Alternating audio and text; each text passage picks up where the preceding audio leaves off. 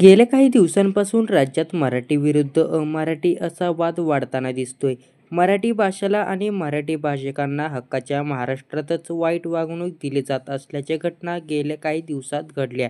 नुकताच यातील एक प्रकार मुंबईतील एअरटेल कंपनीच्या सर्व्हिस सेंटर गॅलरीमध्ये घडला होता. तर आता पुण्यातील मराठी विरुद्ध अमराठी असा वादाचा एक व्हिडिओ चर्चेत आलेला आहे. सोशल मीडियावर व्हायरल होणाऱ्या व्हिडिओत पुण्यातील वाघोली डी-मार्ट येथील असल्याची माहिती मिळत आहे. डी-मार्टमध्ये उपस्थित असलेला दुसरा माणूस त्याला हिंदी भाषेतच बोलणार, मराठी बोलणार नाही असं सांगत आहे. त्यासोबतच दोघात शाब्दिक वार होताना दिसत आहे. हा व्हिडिओ सध्या सोशल मीडियावर तुफान व्हायरल झालेला आहे. यावर काही युजर्सनी महाराष्ट्रात मराठी बोलायला हवी म्हणून व्हिडिओ काढणाऱ्या व्यक्तीला पाठिंबा दिला आहे. तर काही युजर्सने संमिश्र प्रतिक्रिया दिलेल्या आहेत. असे एक तरुणी मराठी तरुणाला म्हणत असल्याचा व्हिडिओ सोशल मीडियावर व्हायरल झाला.